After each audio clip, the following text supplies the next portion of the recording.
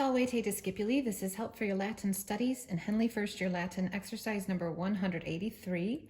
In this exercise, we are asked to translate Latin sentences into English. And in those Latin sentences, there are some italicized words, nouns in particular, that we're asked to explain the case of. And this will be a good exercise for us to do to help us remember some of those rusty rules that maybe we couldn't quite articulate at this point, since we've progressed so far without having been exposed to them. Okay, so let's look at just number one. There's only 10 sentences here, so I'm just going to do one, and it's going to take a little bit of time as we look back on some of those older rules. All right, so number one says, principes, gentes, provinciae, finitimas, incitaverant, quod victoriae cupidi erant.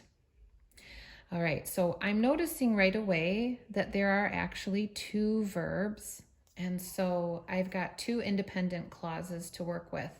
So let's take it one independent clause at a time. So everything after quod we're going to work with in a bit, and to start we'll look at these first 5 words: principes, gentes, provinciae, finitimas, incitaverant. Okay, principes is our subject, and it means leading men. So I'll just simply start by writing the leading men. Leading men. I know that it's plural because of that ending. Princeps, principes, that's a third declension noun. Various is em are my singular endings. And ace in the nominative. Ace, ibis, ace, ibis. So principes is plural. The leading men. What did they do? Incitaverant. Okay, this is the V there, the awa, gives me a clue that it is in the perfect, some sort of perfect form. Okay, so, and it's a newer vocabulary word, so I'm just going to flip over here. Incito is a first conjugation verb, so it will follow the form since it only gives us the one. Incito, incitare, incitavi, incitatus. It means to incite or arouse. So we want to go with that third principal part. Again, incito, incitare, that's our infinitive, to incite.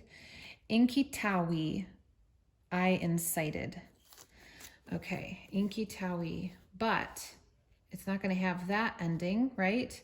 It needs to agree with the subject, which is third person plural, they, the leading men, those guys, right? So we have this errant, and this is the pluperfect tense. So it adds in the helping verb had. They had what? They had incited. The leading men had incited who or what? The tribes. We've got gentes, tribes. Again, that's a third declension noun. It's our direct object. Ace, ibis, ace is our accusative ending there. So there's our direct object. The tribes. And then we have provinciae and finitimas. Okay, so I'm going to write here the tribes. And we are going to turn back to an old rusty rule. I have it earmarked here because I had to look it up before I started. This is in the purple book. It's I've got it flipped on, page 85. And this section is about adjectives governing cases. We have in our vocabulary cupidus, plenus, and finitimus, right? And these are all adjectives that govern the case of the nouns that they describe. Okay, so next to finitimus, neighboring or next. And when we use it in a sentence, it will agree with the opening noun, the first noun, and it will be followed by a dative. Okay, I don't know if you remember doing this. We did this several lessons ago. So let's go ahead and see what we have here. Gentes provinciae finitimas. So it's the tribes who are next to. These need to agree. All right, this is accusative plural. So this adjective must be in the accusative plural. And it has to have the same gender. So you remember this is a adjective of the first and second declension. So it can be us, a, or to begin with. Finitimus, finitima, finitimum. But this ending is going to be in agreement with the noun that it partners with, right? So gentes. Gens, gentis, we already said is a third declension noun. We need to determine its gender, and to do that, we look to its nominative singular ending. Gens, it ends with S. So according to the Sachs rule, this is a feminine noun. So this will also use the feminine adjective endings. So we'll start with finitima.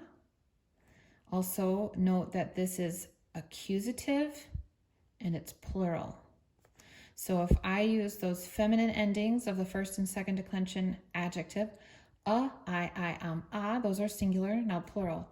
I, arum, is, as, is. Okay, so it's agreeing with the accusative, plural, feminine, right? Next to what? Provinciae. And this, according to that page we were just looking at, this takes a dative noun, provinciae, I, a. So, the leading men had incited the tribes next to the province, is how we would translate that. Sort of simply to just translate it, but it takes some mental processing to consider the endings and why they would be the way that they are. Okay, so that is our first independent clause. And then we have quod, because. And then we have our second independent clause. Victoriae cupidi erant. Now there's in these three words, none of those nouns, none of those words are a noun with a nominative ending. So we're going to assume that our subject of this independent clause is found within the verb, erant. Erant is a third person plural imperfect tense being verb. And so it would be sort of that past tense, and it would be give the idea of plurality. They were, because they were. Okay, so we know that cupidi means eager for, and Victoria means victory. So we can easily translate that, but we also need to explain the case, particularly of the italicized noun. But let's also explore why the ending cupidi would be used in this case. So first we want to answer the question, who was eager for? This tells us they were, right? But who are they? Well, if we look back to our first independent clause here, they were the leading men. So this is masculine, right? This is masculine, and so our adjective will take a masculine form, and we also know that it's plural. So I'm going to flip back one more time to page 85, where we were introduced to this vocabulary, cupidus, cupidus, cupida, cupidum. You have to decide which case or which gender this is in order to know how we're going to decline the adjective. We're going to use the masculine form, cupidus, and it also needs to be plural, and it also needs to be in agreement with the noun that it's working with. In this case, that is our subject. It's nominative, but it's plural. So we'll start with cupidus, us, I, o, o, and then our plural form would be cupidi, I, orum, is, os, is. So that explains to us, first of all, why cupidi is the ending. You know, that's the form, because it's agreeing in gender and number with the noun, or in this case, the pronoun they. And then it has to take always the genitive.